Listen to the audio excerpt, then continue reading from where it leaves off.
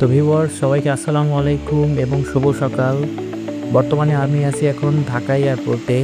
এখন প্রায় ৯টা বাজে।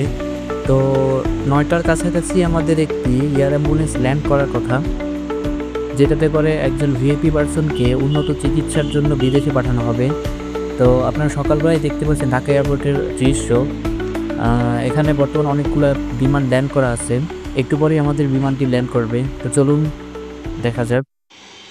তো দেখতে দেখতে আমাদের বিমানটি চলে আসছে এবং এই বিমানের যে ইঞ্জিনিয়ার আছে, যে আসলে এই বিমানটিকে ঠিকঠাক মতো পার্কিং করবেন, তো সে দাঁড়িয়ে আছে। আমরা আজ কেবল বিমানের পাশেই। তো আপনারা দেখতে পাচ্ছেন বিমানটি চলে আসছে। এটা হচ্ছে একটা এয়ার অ্যাম্বুলেন্স যেটা সিঙ্গাপুর থেকে আসছে। এখান থেকে একটা বাংলাদেশি পেশেন্টকে অনবোর্ড করবে এবং আবার সিঙ্গাপুরে ব্যাক করে যাবে।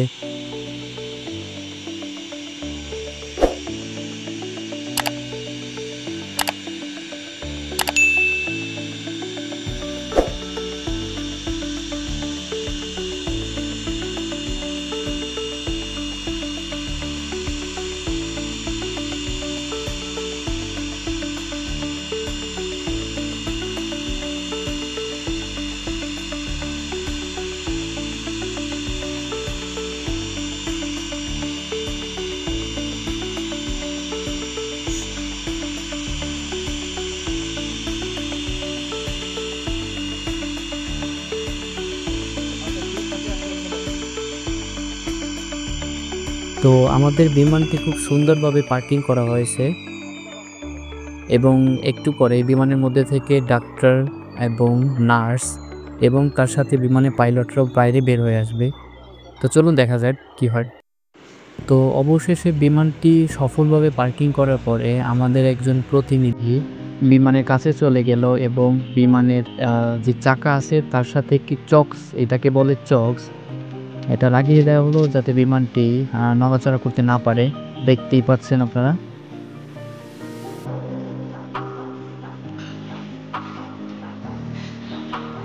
অবশেষে বিমানের পাইলট উনি বাইরে বের হয়ে আসলো এবং মেডিকেল টিম এবং নার্স। এখানে আপনার হচ্ছে মেডিকেল যত সব সরঞ্জাম আছে এগুলা তারা চেক করতেছে এবং একটু পরে গাড়ি আসবে। গাড়িতে করে ওরা এগুলো নিয়ে হসপিটাল চলে যাবে এবং সেখানে গিয়ে সেই রোগীকে ট্রিটমেন্ট করে, দেখভাল করে, তারপরে তা সেই রোগীকে নিয়ে আবার এয়ারপোর্টে ফেরত আসবে।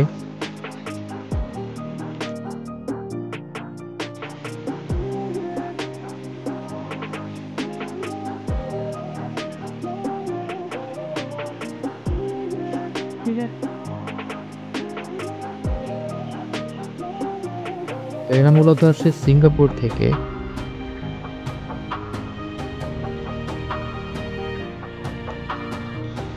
তো আমাদের পাশেই আর একটা প্রাইভেট জেট ল্যান্ড করা আছে।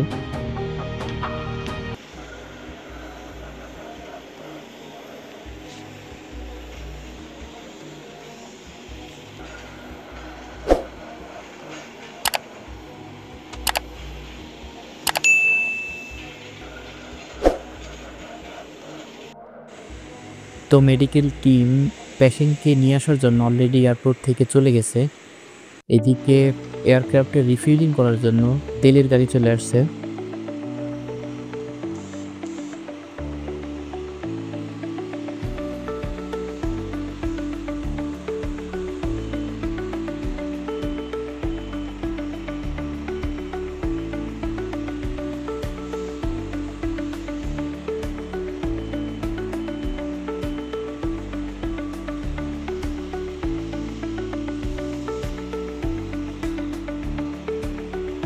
তো অবশেষে আমাদের তেলের গাড়িটি চলে আসলো এটা রিফিলিং করার জন্য। একটু পরেই রিফিলিং স্টার্ট হবে। তো ভিউয়ার্স, আমার ভিডিওগুলো যারা প্রতিনিয়ত দেখেন তারা অবশ্যই আমার চ্যানেলটি সাবস্ক্রাইব করে দিবেন। অবশ্যই সাবস্ক্রাইব করবেন এবং আপনাদের গুরুত্বপূর্ণ মতামতগুলো ভিডিওর কমেন্ট বক্সে দিবেন, যাতে করে আমি পরবর্তীতে আপনাদের পছন্দ মতো ভিডিওগুলো আপলোড করতে পারি। তো এখনই আমাদের এয়ারক্রাফটে রিফিলিং শুরু হবে। তো চলুন সামনে গিয়ে দেখা যাক যে একটা এয়ারক্রাফটে কীভাবে আসলে রিফুয়েলিং করা হয়। অলরেডি এয়ারক্রাফটে রিফুয়েলিং কানেক্টেড, তো এখন বর্তমানে রিফুয়েলিং চলতেছে। ইনি হচ্ছেন এই ফ্লাইটের ক্যাপ্টেন।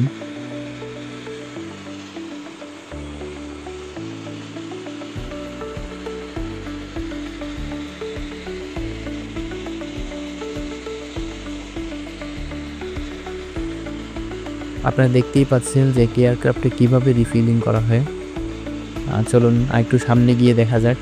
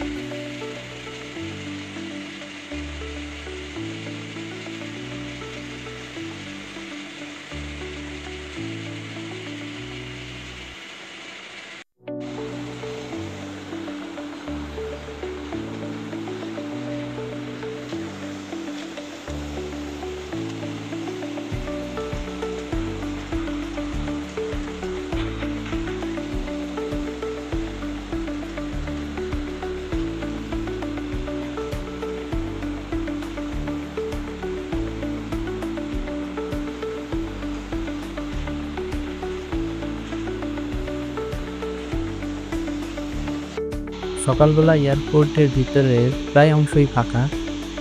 তো এইদিকে আরেকটি বিমান ল্যান্ড করছে। ল্যান্ড করার পরপরই এটা পার্কিং বের দিকে যাচ্ছে আস্তে আস্তে। এটা হচ্ছে মালয়েশিয়ান এয়ারলাইন্স কোম্পানি একটি বিমান।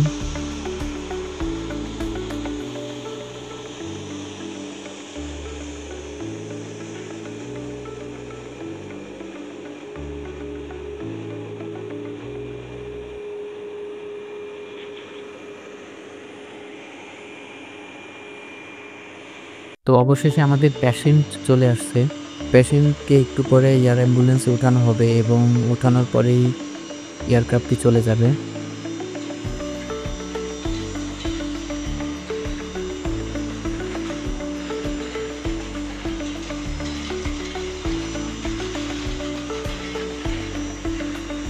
আজকের ফ্লাইটে যিনি পেশেন্ট আছে উনি খুবই সিরিয়াস একজন পেশেন্ট। হয়তো বাঁচতেও পারে, নাও বাঁচতে পারে, এমন একটা অবস্থা। এদিকে মেডিকেল টিম ওনাকে এয়ারক্রাফটে ওঠানোর জন্য কাজ করতেছে। তো আপনারা সরাসরি দেখতে পাচ্ছেন।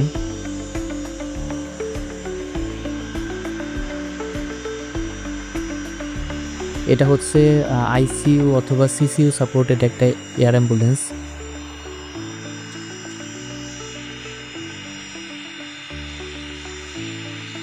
তো পেশেন্টকে নামানো হচ্ছে, যেটা আপনারা সরাসরি দেখতে পাচ্ছেন। একটু পরেই পেশেন্ট অনবোর্ড হয়ে যাবে।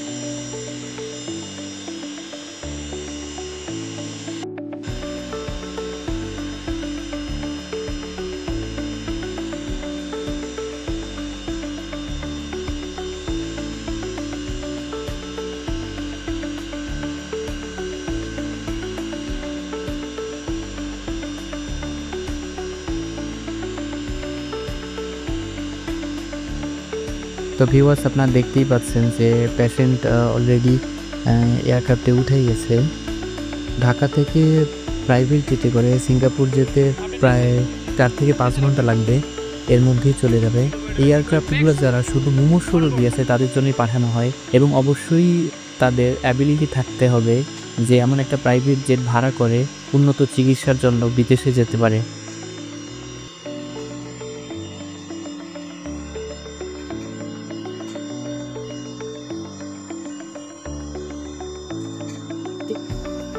Ah, j'ai pas. Bah, c'était sur la masse.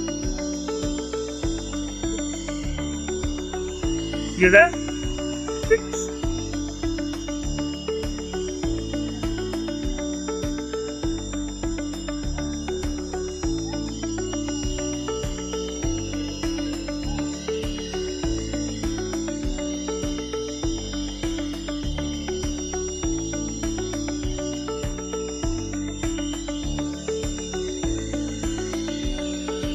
তো অবশেষে আমাদের ফ্লাইটের সমস্ত কাজকর্ম শেষ। আমাদের একজন প্রতিনিধি যিনি হচ্ছে এয়ারক্রাফটের ডোর ক্লোজ করার জন্য হেল্প করলেন। এখনই এই এয়ারক্রাফটটি সিঙ্গাপুরের উদ্দেশ্যে চলে যাবে। তো আপনারা দেখতে পাচ্ছেন যে আমাদের এয়ারক্রাফটটি সিঙ্গাপুরের উদ্দেশ্যে চলে যাচ্ছে, এবং এটা সিঙ্গাপুর যেতে প্রায় 4 থেকে 5 ঘন্টা লাগবে।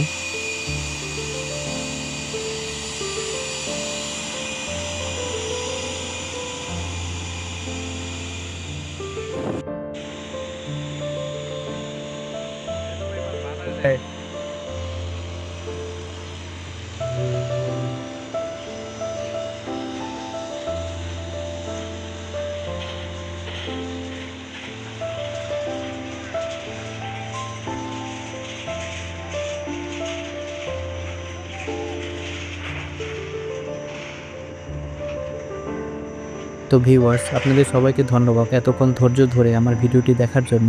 ভিডিওটি যদি ভালো লেগে থাকে তাহলে অবশ্যই আমার চ্যানেলটি সাবস্ক্রাইব করবেন এবং ভিডিওটিতে একটি লাইক করে দিবেন।